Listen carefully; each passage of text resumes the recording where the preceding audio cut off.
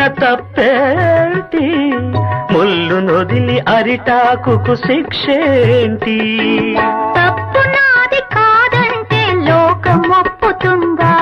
నిప్పులాంటి సీతనైన తప్పు చెప్పకుండా అది కథే కదా, మన కథ నిజం కాదా?